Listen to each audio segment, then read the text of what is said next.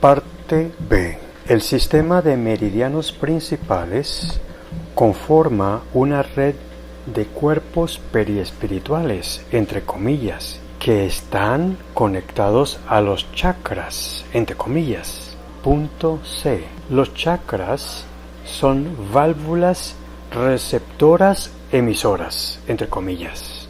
Los chakras mayores cumplen funciones de codificación y o decodificación, entre comillas, de vibroinformación inteligente para dirigir a través de los puntos de contactos del endotelio las funciones inteligentes de todas las moléculas y células.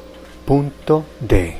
Todo el periespíritu desarrolla sus funciones dentro de parámetros de espacio-tiempo que se distribuyen en valores conjugados de partículas físicas supercalentadas, entre comillas, que conforman los ductos donde fluye la vibroinformación, entre comillas, metafísica subenfriada, entre comillas.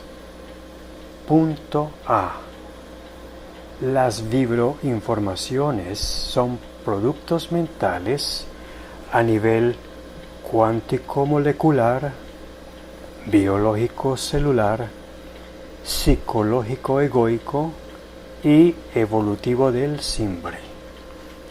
Punto B. El periespíritu puede atravesar cualquier cuerpo físico por ser superconductivo y superfluídico, entre comillas, al igual que las estructuras básicas de conciencia EBCs del sistema ego-simbre del espíritu. Ok, bueno, yo creo que para complementar lo que estamos escuchando en el texto, vuelvo a traer la memoria de ustedes a que cuando yo expliqué en el gráfico anterior,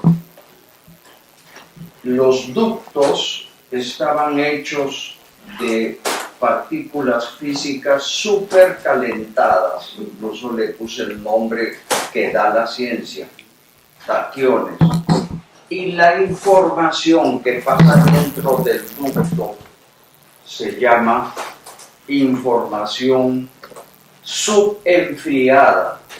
Quiere decir que de vibrar más rápido que la luz, empiezan a vibrar más lento que la luz, pero siguen siendo metafísicos. A eso yo le he llamado tardiones. Entonces los tardiones conducen información y los taquiones contienen la información en ductos y también en la estructura de cada chakra. Los médicos de medicina vibracional, que es el nombre más decente que se le puede dar a los mal llamados medicinas alternativas, han convenido en llamar esta información prana. Ustedes deben haber escuchado la palabra prana. O también los japoneses tienen otro nombre para esta información. Le llaman ki. Y de ahí viene el reiki, que es una terapia vibratoria de poder curar y sanar. Otra terapia es a través de la acupuntura china. Y de allí el prana, el ki, se llama chi. Tal vez esa palabra chi es más antigua que la japonesa ki, en un orden de transmisión cultural. Bueno, entonces el periespíritu, en la parte que corresponde al cerebro, le va a transmitir información de chi o de ki por los ductos del periespíritu del cerebro a cada una de las células del cerebro, para que el cerebro, en este caso en específico las neuronas del cerebro, empiecen a comportarse inteligentemente. Y esta inteligencia empieza a un plano bioquímico, donde se segregan neurotransmisores que guardan las neuronas, alimentadas por otras células proveedoras que son la sustancia blanca llamada células gliares. Las sustancias grises son las llamadas neuronas. Las neuronas se alimentan de las células gliares y dentro de eso van a producir a través del periespíritu una serie de neurotransmisores químicos que van a producir básicamente conducción de una combinación pero muy inteligente, muy complicada, químicamente hablando, para producir una información eléctrica, la electrotónica del cerebro. Esta formación electrotónica va a inducir campos magnéticos cargados de información. El tálamo, que es una organela que tiene el cerebro, produce campos magnéticos pulsantes que se pueden medir por el magnetoencefalograma. O sea, es una realidad. Hay campos magnéticos pulsantes. Estas vibraciones cambian de ritmo cuando uno tiene sueño y sueña, se vuelven muy lentas, pero se vuelven más activas cuando uno despierta y se vuelven superactivas cuando uno se excita. Pero por otro lado, cuando uno entra en estado de coma, se vuelven súper lentas. Y en estado de catalepsia tal vez mucho más lentas. Entonces, dentro de este tipo de variantes de frecuencia va el ritmo en que se transmite la información. Muy bien, entonces, ¿qué pasa? Que nosotros hemos podido demostrar al mundo a través de ejemplos de que la mente no está en el cerebro. Incluso vivimos en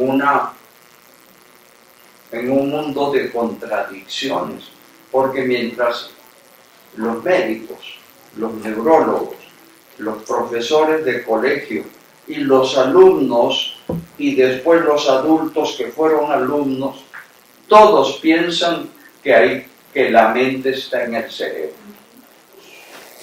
Pero resulta que los santos ya no tienen cerebro. Entonces, ¿con qué pueden procesar lo que les escucha? Pues con el espíritu del santo. Pero ¿cómo? Si es que en el espíritu me lo pone alguna persona materialista. En el espíritu no hay mente. Mentiras. En el espíritu está la mente, que produce metafísicamente conocimientos, sentimientos y decisiones. Entonces, ¿cómo resolvemos ese enigma que la gente no se puede comprender? Entonces, ¿qué pasa con el cerebro? ¿Y qué pasa con la mente del espíritu? Muy bien, entonces aquí veamos. Aquí hay en este gráfico, que es un resumen muy apretado, hay un hecho o un suceso, algo que funciona en el mundo exterior que nos rodea. Este hecho se capta en uno de los 5 o una combinación de los 5 sentidos que tenemos. Puede ser visión, audición, puede ser tacto, puede ser olfato, puede ser gusto. eso pasa automáticamente al cerebro en forma de percepción en los circuitos neuronales sinérgicos que preexisten, incluyendo la neurolingüística y la parte hormonal. Esta parte de la percepción pasa automáticamente a una codificación, primero electroquímica, para llegar a una codificación magnética que emite el tálamo. Esa codificación magnética, por resonancia armónica, transmite la información magnética a la información espiritual, que es algo que ya tiene significado semántico, la información espiritual. La magnética no la tiene. El mejor ejemplo, prendan un televisor o prendan un computador. Lo que la pantalla emite son una serie de formas, de colores o de letras o de lo que sea. Y una serie de sonidos en el caso del televisor que son de un idioma. Hasta allí es información que no tiene significado. Viene un perro y escucha el televisor, ve la imagen y al perro eso no le significa nada. El perro ve la pantalla del computador y no significa nada.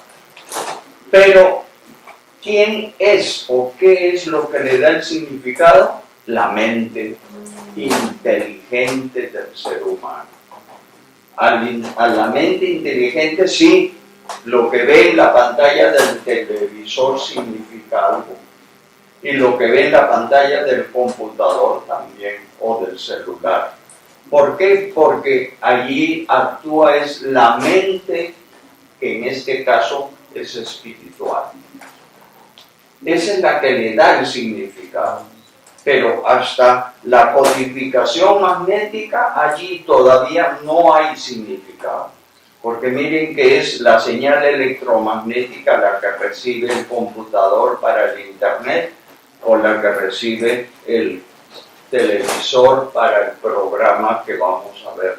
Hasta allí no hay significado. ¿Me entienden la diferencia?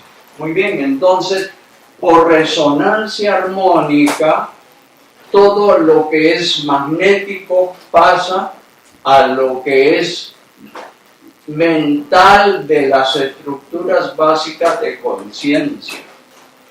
Allí es donde en el espíritu, que tiene estructuras básicas de conciencia, funciona el sistema ego simple. Allí es donde se le da total percepción explícita de significado para crear memorias que se conjugan con otras memorias asociativas y por vía de resonancia armónica desde los sistemas límbicos corticales del cerebro se llevan a el espíritu para que haga una creación inteligente de nuevas emociones, de nuevas concepciones, nuevas decisiones, nueva memoria, nuevo desbloqueo de bloqueos espirituales, a veces que sucede por karma de dolor o de amor, y también el crecimiento espiritual del resimbre cuando uno hace obras de bien con amor y con verdad. Todo eso tiene efecto dentro del espíritu del sistema ego simple. Y a partir de allí se va generando ideas, sentimientos y voluntades que a su vez crean decisión de reprimir, transformar o explotar. La represión la catexia, que es la represión, y la catarsis, que es el desfogue, la explotación, digamos, de la energía. Entonces, esto crea la emisión de pensamientos desde las EBCs, dirigiéndolas a los circuitos neuronales sinérgicos del cerebro. Esta acción va a crear una codificación magnética en un campo nuevo que el tálamo emite limpio y se carga de información proveniente de la mente por resonancia armónica.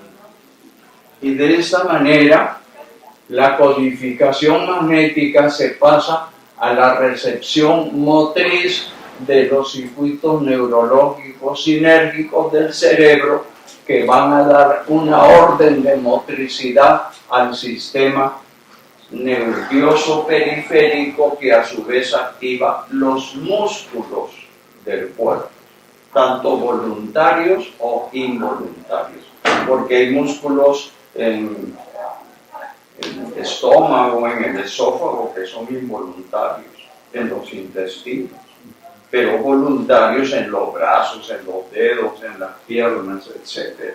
Muy bien, entonces ya hecha esta orden de movimiento muscular, se crea una acción o una omisión del cuerpo o del lenguaje, que finalmente termina en una obra o una realización en nuestro entorno exterior del ecosistema. Es así como funciona y no hay problema. El cerebro no contiene la mente. La mente está en el espíritu, pero está conectado con el cerebro mientras estemos vivos. Cuando se muere el cuerpo, el perispíritu desconecta el cerebro de la mente y la mente sigue su proceso en el más allá. ¿Ok? Adicionalmente, pues funcionan también dentro de esto las órdenes motrices a los sistemas involuntarios, que manejan la parte neurolingüística y que manejan la parte del sistema nervioso autónomo, parasimpático y simpático, que a través de eso empieza a segregar glándulas en la hipófisis y en las glándulas adrenales, etcétera, etcétera. Y lo mismo pasa con la parte del hipotálamo, que segrega corticotropina, y las amígdalas, que también segregan más neurotransmisores, entre ellos la misma corticotropina, para poder actuar en la parte neurolingüística. La parte neurolingüística funciona para poder expresarnos. Entonces, todo esto es una síntesis un poco apretada de cómo funciona el cerebro con la mente, que del espíritu es la primera interfaz que conocemos, cerebro-mente. La segunda, que es la que apoya a la primera, es el perispíritu. Yo creo que con esto pueden ustedes entender mejor el modelo. ¿Está bien? Muchas gracias.